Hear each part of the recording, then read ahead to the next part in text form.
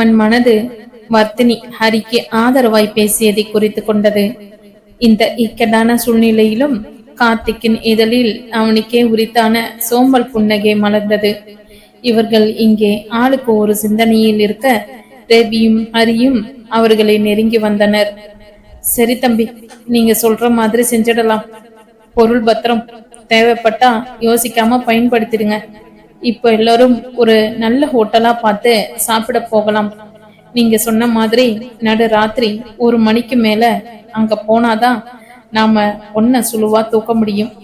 நாங்க முன்னாடி போறோம், எங்களை நீங்க ஃபாலோ பண்ணி வாங்க, அவர் சொல்லிவிட்டு முன்னே சென்று விட ஹரி தன் கையில் இருந்த கை அடக்க சிறிய பிஸ்டலை ஒரு முறை ஸ்டைலாக சுற்றி பார்த்துவிட்டு அதன் நுனியில் சிறிய முத்தம் ஒன்றை பதித்துவிட்டு தன் பேண்ட் பாக்கெட்டினுள் சொருகி கொள்ள மற்ற மூவரும் திறந்த வாய் மூடாமல் இமைக்க மறந்து போய் அவனை விழிவிரித்து பார்த்து கொண்டு இருக்க ஹரி வண்டியை கிளப்பி விட்டு கமான் கைஸ், லேட் ஆகுது, சாப்பிட போகலாம் என அழைக்க அனைவரும் அமைதியாய் வண்டியில் ஏறி தங்கள் தங்கள் இடத்தில் அமர்ந்தனர். மூவரின் மூளையிலும் ஒரே கேள்விதான் ஓடிக்கொண்டிருந்தது. அது, ஹரிக்கு ஏற்கனவே துப்பாக்கியை உபயோகிக்கும் விதம் தெரியுமா? தெரியும் என்றால் ஏன் இதுவரை அதை உபயோகப்படுத்தி யார் உயிரினும் பறித்திருக்கிறானோ? மூவரும் வெவ்வேறு விதமான குழப்பமான நிலைகளில் மூழ்கி இருக்க அவர்கள் நினைப்பு புரிந்தாலும் தற்சமயம் எதையும் விளக்க முயற்சிக்காமல் வண்டியை செலுத்தி கொண்டு இருந்த ஹரியின் கண்கள் குறும்பு இருந்தது. ஆனால் இந்த பயணத்தில் தான் நினைப்பதை விட பல விபரீத விளைவுகள் ஏற்பட போவதை அறிந்திருந்தால் ஹரியின் குறும்பு இருந்த இடம் தெரியாமல் ஓடி இருக்குமோ என்னவோ. நள்ளிரவு 1 மணிக்கான குளிர்காற்று நிரம்பி இருந்தது. வர்த்தினி, தீபன், கார்த்திக், ஹரி நால்வரும் மந்திரி அருட்செல்வன் வீட்டின் பின்புறம் நின்று கொண்டிருந்தனர். ஹரி தன் மெல்லிய குரலில் பேச தொடங்கினான். கார்த்திக், இப்ப நீங்க இந்த பைப்பை பிடிச்சி 3வது மாடிக்கு போறீங்க. அங்க வலது பக்கம் இருக்கிற செகண்ட் ரூம்ல காரணியா இருப்பாங்க. நீங்க போய் உங்களை செல்ஃப் இன்ட்ரோ கொடுத்துட்டு அவங்கள இந்த ட்ரெஸ்ஸை மாத்திக்க சொல்றீங்க என கையில் ஒரு கவரை திணித்து விட்டு, இந்த கவர்ல இப்போ வர்த்தினி போட்டுட்டு இருக்கிற அதே சுடி இருக்கும், முகத்தை துப்பட்டாவால முடிக்க சொல்லுங்க. எனக்கு கிடைச்ச தகவல் படி இந்த வீட்டுல இப்போ குறைஞ்சபட்சம் 100 பேர் இருக்காங்க. ரவியான ஆளுங்க ஏதோ வெளியூர் வேலையா பாதி பேர் போயிருக்கிறதால இப்ப நம்ம கிட்ட 30 பேர் தான் இருக்காங்க. ஸோ இங்க இருக்கிற க்ரௌட நம்ம கன்ஃபியூஸ் பண்ணணும். கார்த்திக், நீங்க காருண்யாவை கூட்டிக்கிட்டு வரும்போது எப்படியும் யாராவது நிறுத்தி கேள்வி கேட்பாங்க. அப்போ நீங்க ஒரு விசில் அடிங்க. நாங்க முன்பக்க வாசல் கிட்ட வெயிட் பண்ணுவோம். உள்ள ஒரு சமயக்கார பாட்டிய பணம் கொடுத்து செட் பண்ணியிருக்கேன். அது நீங்க விசில் அடிச்சதும் எவனோ படுபாவி கல்யாண பொண்ணை கடத்திட்டு போறானே அப்படின்னு கிரவுண்ட் ஃப்ளோர்ல இருந்து சவுண்டு கொடுக்கும். அப்போ சரியா தீப் வர்த்தினிய கையை பிடிச்சுக்கிட்டு வெளிவாசல் நோக்கி இழுத்துக்கிட்டு ஓடணும். உடனே பாதி பேர் இவங்களை துரத்த ஆரம்பிப்பாங்க. கார்த்திக், அப்போ உங்களை ஃபாலோ பண்றவங்க டிஸ்ட்ராக்ட் ஆவாங்க. நீங்க காருண்யாவோட பின்பக்க பைப் வழியா சேஃபா லேண்ட் ஆகுறீங்க. நான் உங்களுக்காக அங்க காத்துக்கிட்டு இருப்பேன். அப்புறம் வர்த்தினி, தீப் வேகமா ஓடணும். அடுத்த சந்துல உங்களுக்காக ஒரு ஜீப் காத்துக்கிட்டு இருக்கும். நீங்க அதுல ஏறிக்கலாம். எப்படியும் அவங்க உங்களை ஃபாலோ பண்ணுவாங்க. கார்த்திக், நாம எதிர்பக்கம் ஓடணும். அங்க நமக்கு அதே சேம் கலர் ஜீப் காத்துக்கிட்டு இருக்கும். நாம அதுல ஏறிக்க போறோம். பாதி தூரம் போனதும் 2 ஜீப்பும் சந்திக்கும். அப்போ நம்ம காருண்யா, வர்த்தினி அண்ட் தீப்பை ஒரே ஜீப்புக்கு மாத்தி விட்டுட்டு அவங்க காருண்யா இருக்கிறதா நினைச்சு ஃபாலோ பண்ற ஜீப்ல கார்த்திக், நீங்களும் நானும் மட்டும் போக போறோம். எப்படியும் ஜீப்ல ரவி அண்ணா ஆளுங்க நமக்கு பாதுகாப்புக்கு இருப்பாங்க. நாம சென்னை ரீச் ஆயிட்டா அதுக்கப்புறம் பயம் இல்லை. அங்க பாண்டி அண்ணா அவங்க ஆளுங்களோட நமக்காக காத்துக்கிட்டு இருப்பார்.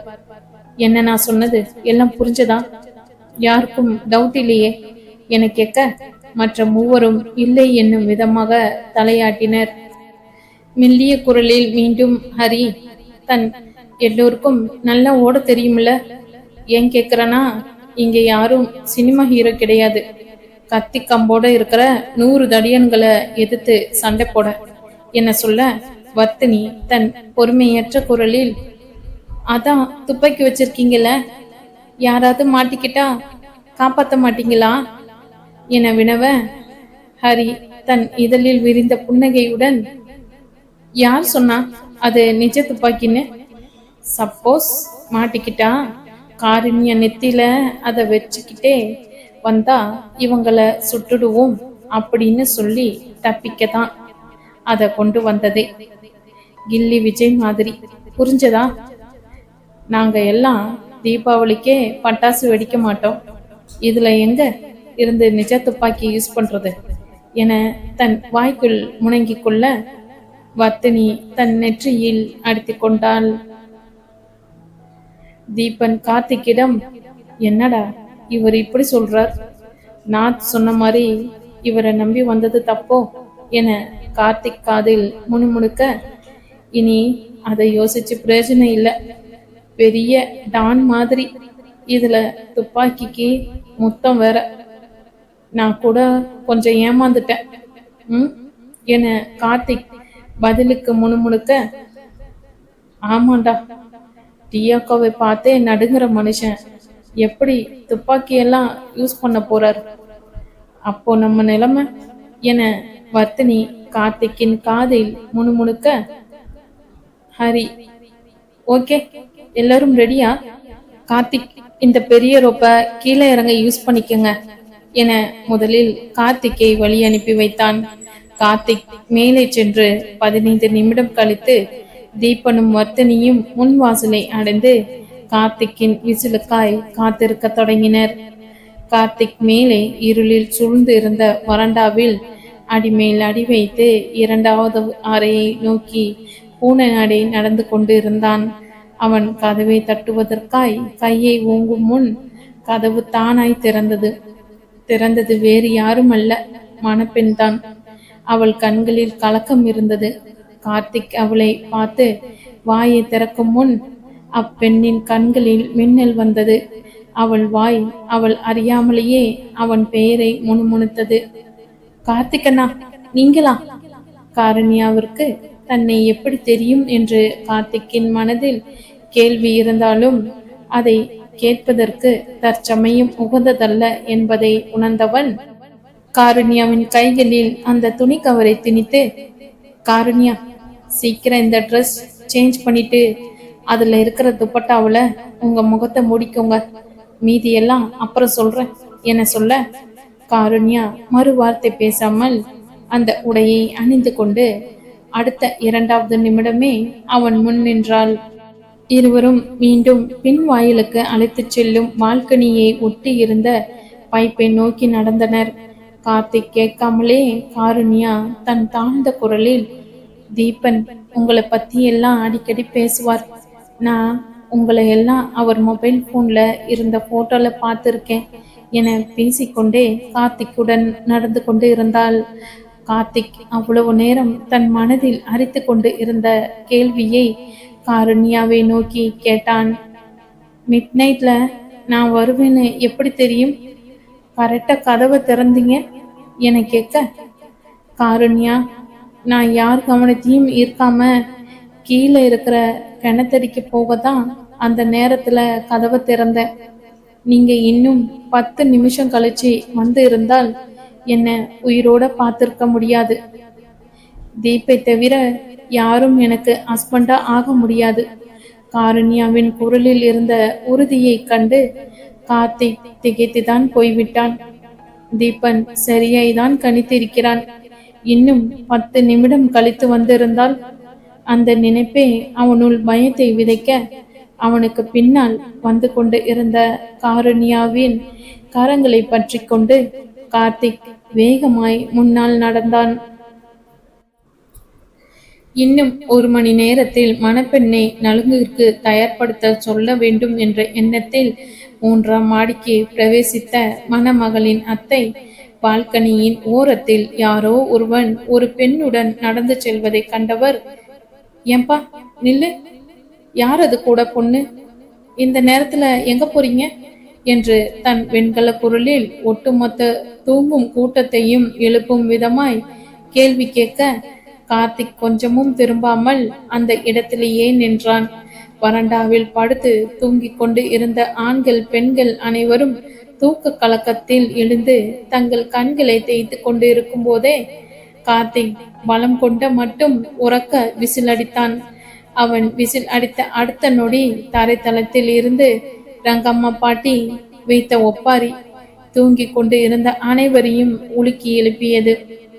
ஐயையோ, எவனோ படுபாவி கல்யாண பொண்ணை கடத்திக்கிட்டு போறானே, டே நில்லுடா, எங்க பொண்ணை விடுடா.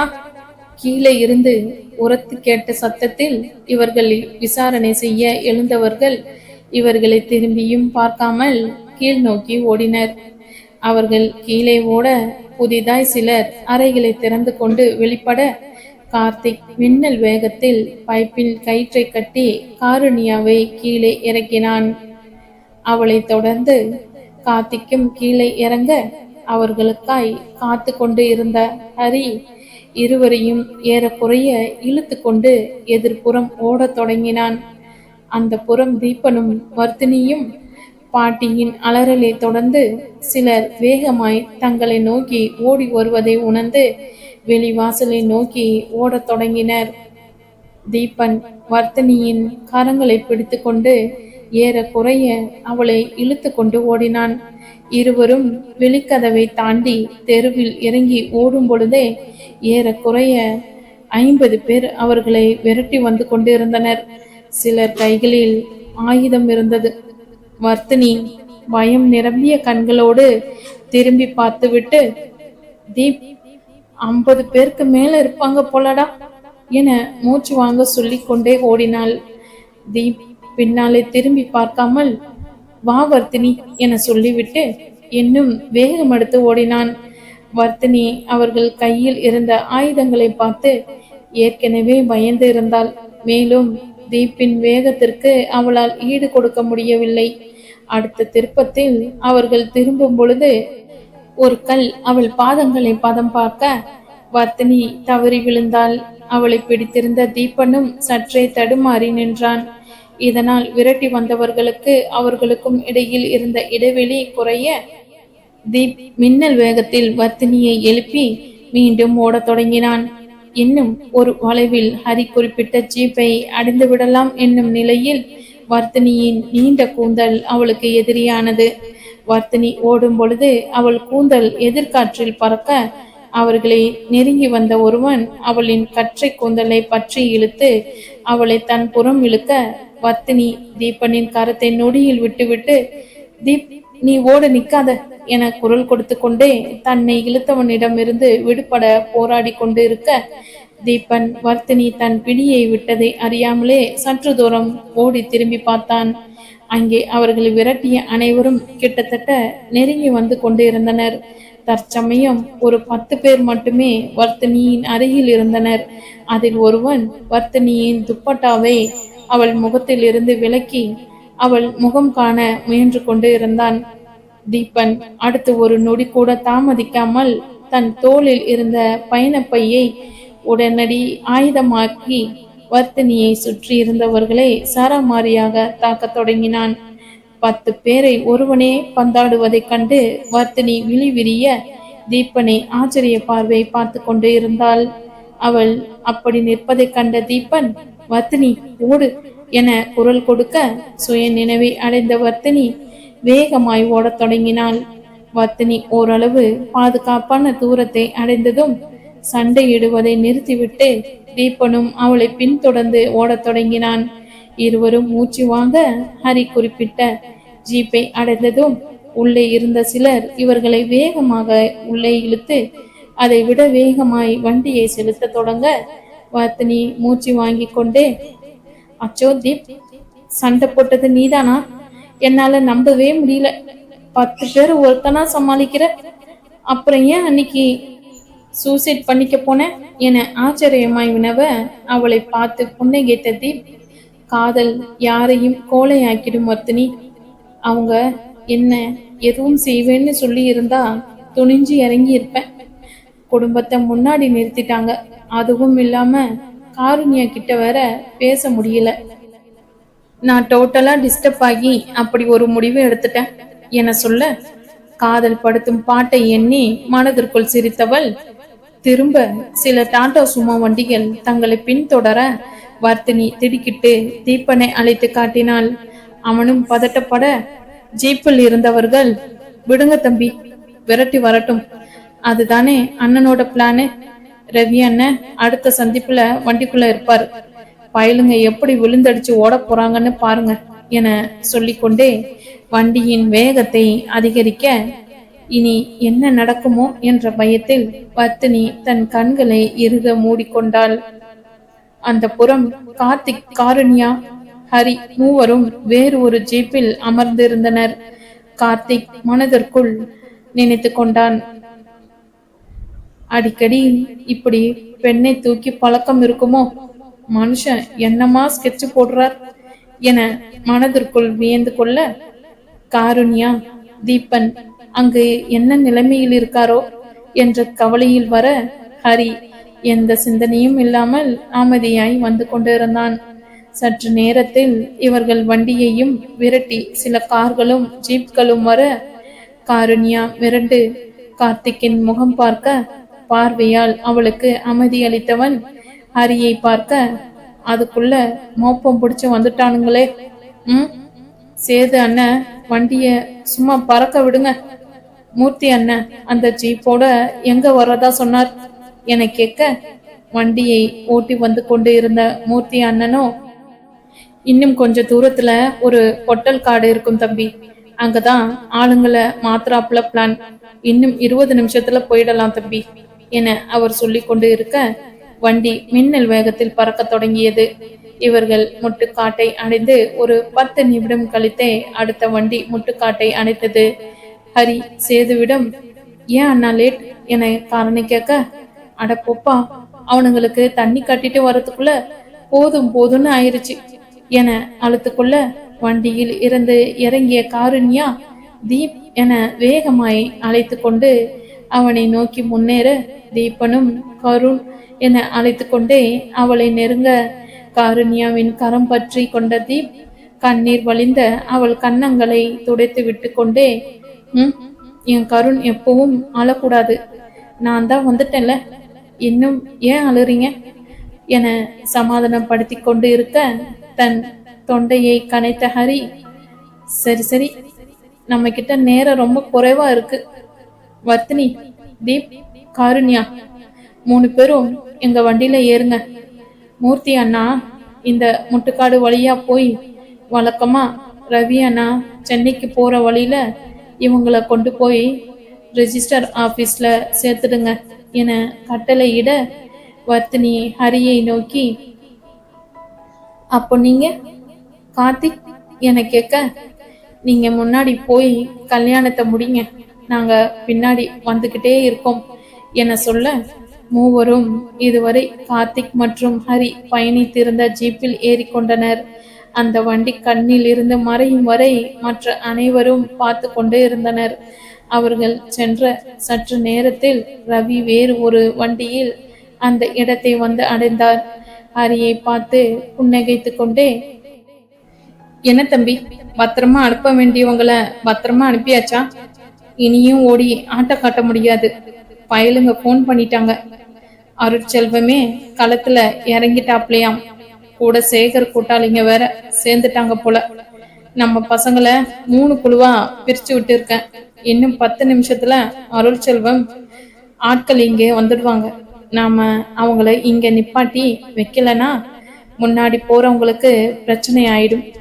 சரி தம்பி, இந்த தம்பிய அவங்களோட அனுப்பியிருக்க வேண்டியது தானே என கேட்க, நான் அனுப்பியிருப்பேன், ஆனா அவர் கிளம்பி இருக்க மாட்டார், வர்த்தினிக்கும் இவர் கூட இருந்தா என்னை பத்தி கவலைப்படாம இருப்பா என புன்னகைக்க, ரவியும், அப்படின்னா சரி தம்பி, நீங்க என் கார்ல இருங்க, நாங்க கூப்பிடும் வரை வெளியே வர வேண்டாம் என சொல்ல, கார்த்திக் பதில் பேசும் முன் கூட்டத்தில் இருந்த ஒருவன் கார்த்திக்கை காருக்குள் அடைத்து கதவை பூட்டினான்.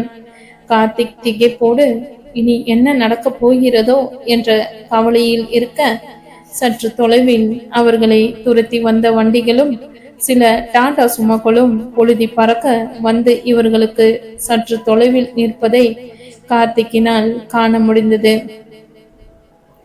டாடா சுமோவில் இருந்து இறங்கிய ஒருவன், ரவி, அண்ணன் கூட விளையாடுறதே உனக்கு வேலையா போச்சு. ஒழுங்கு மரியாதையா எங்க பொண்ணை ஒப்படைச்சிட்டு அருள் அண்ணன் கிட்ட மன்னிப்பு கேட்டுட்டு ஓடி போயிடு, இல்ல என்னோட இன்னொரு முகத்தை நீ பார்க்க வேண்டி வரும் என கோபமாய் கட்டளையிட, ரவி அதை கொஞ்சமும் கண்டு கொள்ளாமல் வண்டியின் முன்புறம் ஏறி அமர்ந்து கால் மேல் கால் போட்டுக்கொண்டு, சேகரு, உங்க அண்ணன் கிட்ட நான் வம்பு வச்சுக்கல, அவர்தான் சும்மா என்ன வம்புக்கு இழுக்கிறாப்ல, சொல்லி வை. இந்த ரவி வேற மாதிரி. நான் ஒன்னும் உங்க அண்ணன் வீட்டு பொண்ண வேணும்னு தூக்கல. பொண்ணுக்கு கல்யாணத்துல விருப்பம் இல்லை. அந்த பொண்ணு காதலிச்ச பையன் வந்தாப்ல, அவர் கூட சந்தோஷமா தான் கிளம்பி போகுது. உங்க கூட்டம் மாதிரி எங்களை நினைச்சியால? பொண்ணுங்க நாங்க கும்பிடுற குலசாமிக்கு சமம். அவங்க விருப்பம் இல்லாம எங்க விரல் நுனி கூட அவங்க மேல படாது. உங்க அண்ணன் பையன் காலேஜ் பொண்ணுங்களை விட விதவிதமா தூக்குறானே, மீச வச்ச ஆம்பளனா முதல்ல அத போய் தட்டி கேளு சேகரு என சொல்லி விட்டு சிரிக்க, அப்ப நீ ஒழுங்கா சொன்ன கேட்க மாட்ட என சேகர் முறைக்க, இந்த முறை அவன் எதிர்பாராமலேயே காற்றில் பறந்து வந்த கத்தி அவன் தோலை பதம் பார்க்க, அடுத்த நொடி இரண்டு கும்பலும் கண்ணா பின்னாவென்று மோதிக்கொண்டனர்.